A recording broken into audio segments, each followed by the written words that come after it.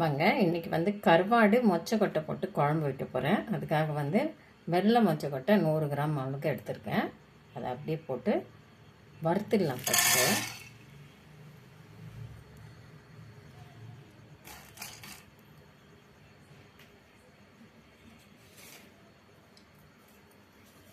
நல்லா கொஞ்சம் ஸ்மெல்லு பச்சை ஸ்மெல்லு போக ப்ரௌன் கலர் ஆகிற அளவுக்கு இல்லாமல் கொஞ்சம் லைட்டாக வறுத்தா போதும்.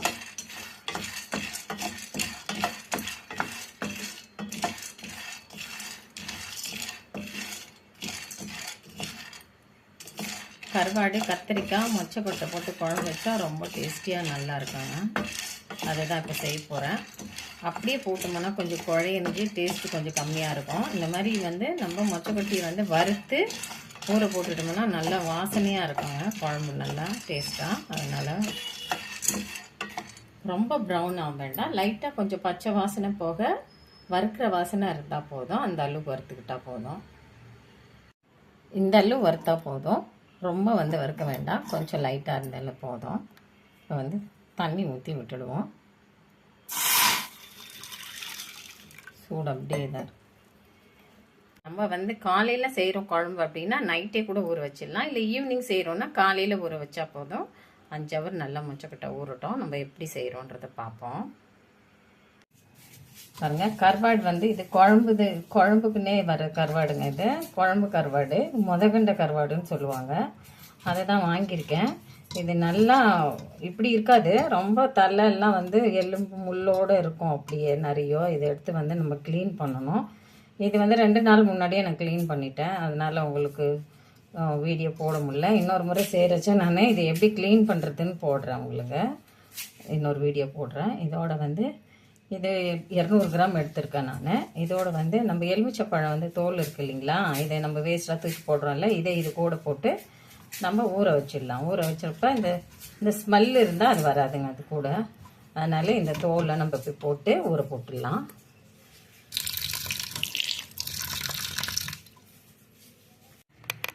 கொஞ்சமாக கடாயில் எண்ணெய் போட்டு கருவாடு வந்து நல்லா சுத்தமாக வாஷ் பண்ணின்னு வந்துட்டேன். அதை அப்படியே இந்த கடாயில் போட்டுடலாம்.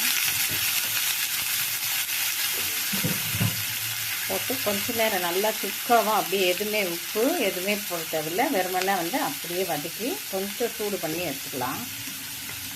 ஸோ உடனே கலர வேண்டாம், கொஞ்சம் நேரம் கழித்து கலரி விட்டுடலாம். அடுப்பில் கடாய் வச்சுருக்கேன். வெங்காயம் நல்ல பெரிய வெங்காயம் 2 குறைன்னு நறுக்கியிருக்கேன். அதை அப்படியே இதில் போட்டுடலாம்.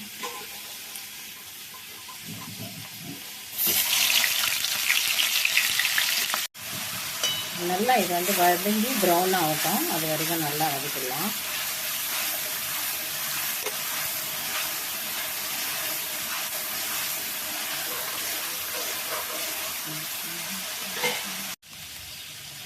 வெங்காயம் பாருங்கள் நல்லா வதங்கிட்டுது.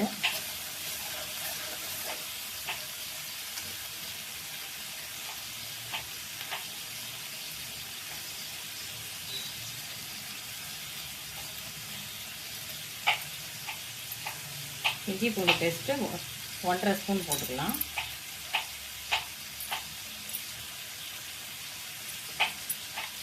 நல்லா இதோட இதுவும் வதங்கிக்கலாம்.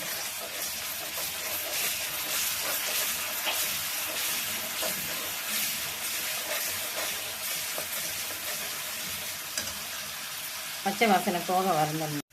மஞ்சத்தூள் ஒரு 1/2 ஸ்பூன் அளவு போட்டுக்கலாம். கருவாடு குழம்புங்கிறதுனால குழம்பு மிளகாய்த்தூள் போடலாம். நம்ம குழம்பு மிளகாய்த்தூள் 2 ஸ்பூன் அளவு போட்டுக்கலாம்.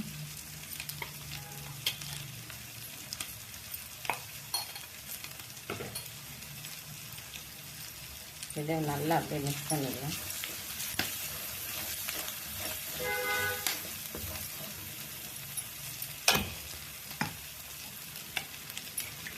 கத்திரிக்காய் வந்து 500 கிராம் 1/2 கிலோ எடுத்துருக்கேன். அதை நல்லா நீல வாக்கில் எடுத்து வச்சுருக்கேன். அதையும் அப்படி இதோட போட்டுருக்கேன்.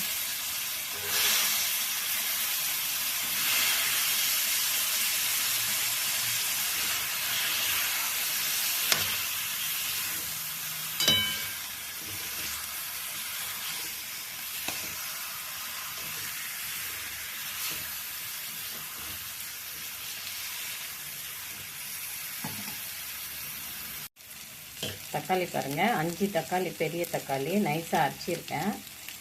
கத்திரிக்காய் வேகாத்துக்கு முன்னாடி அப்படியே எண்ணெயில் போட்டிருக்கோம். அது கூடவே தக்காளியும் போட்டுடலாம். இது ரெண்டும் நல்லா அப்படியே வதங்கி எண்ணெய் கசிந்து வர அளவுக்கு வரட்டும். அதுக்கப்புறமா என்ன கொத்தமல்லி எடுத்துருக்கேன், அப்படியே கட் பண்ணி பொடியாக போட்டு விடுவோம். நம்ம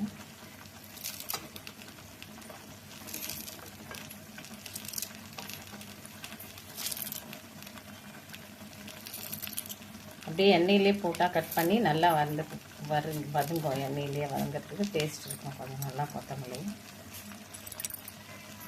நல்லா தக்காளி கத்திரிக்காயெல்லாம் திக்காக வதங்கிட்டு இருக்கு. இப்போ வந்து தேவையான அளவு உப்பு போட்டுக்கலாம்.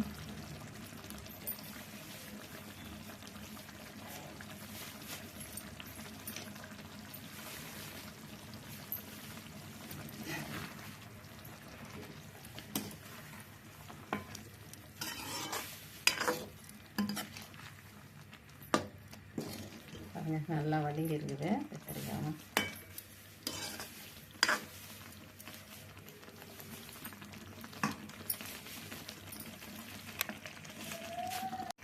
நல்லா கத்திரிக்காய் சூப்பராக கொதிச்சிச்சு. கரெக்டாக நல்லா குழஞ்சி வெந்திருக்கு பாருங்கள். முன்னாடியே நம்ம எண்ணெயில் போடாமல் நம்ம தக்காளி எல்லாம் போட்டுருந்தா குழஞ்சி போயிருக்கோம். இப்படி போட்டால் தான் கரெக்டாக இருக்கும்.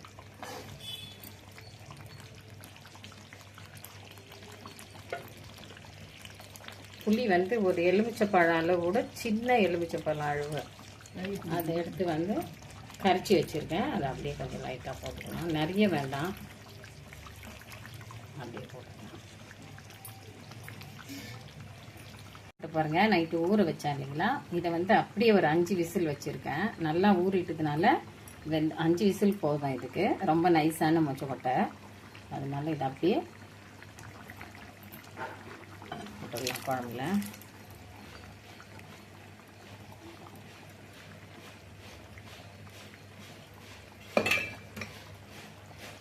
நல்லா மிக்ஸ் பண்ணிடுவோம். நல்லா எல்லாம் மிக்ஸ் ஆகி 2 நிமிஷம் கொதிக்கிட்டோம். கரெக்டாக ரெடி ஆகிடுது.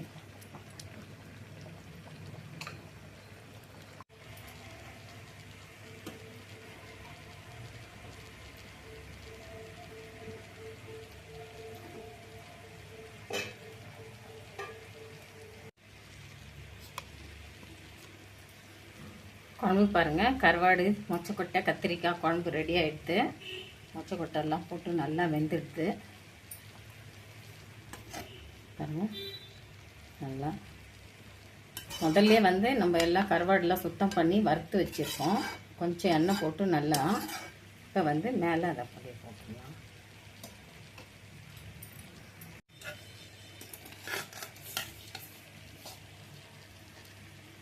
பாருங்கள், கருவாடை எடுத்து அப்படியே போட்டுடலாம் மேலே.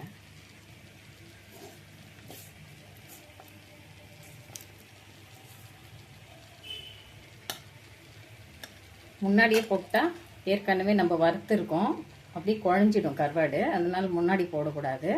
அப்படியே வந்து இதை அப்படியே போட்டுட்டு ஒரு 2 நிமிஷம் மூடி விட்டுடலாம்.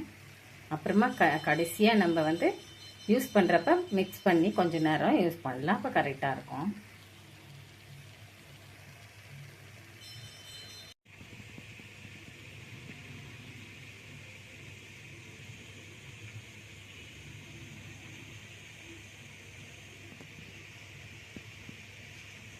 கருவாடு நல்லா போட்டு 5 நிமிஷம் ஆயிடுது. இப்போ மிக்ஸ் பண்ணி விட்டுடலாம் கருவாடு.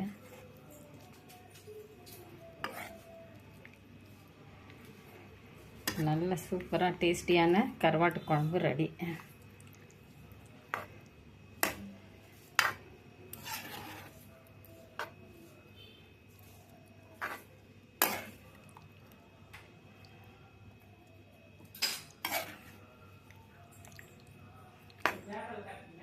நல்ல மொச்சக்கொட்டை, கத்திரிக்காய், கருவாட்டு குழம்பு ரெடி ஆகிட்டது. சூப்பராக ரெடி ஆகிடுச்சு பாருங்கள். இது மாதிரி ட்ரை பண்ணுங்கள், ரொம்ப டேஸ்டியாக இருக்கும்.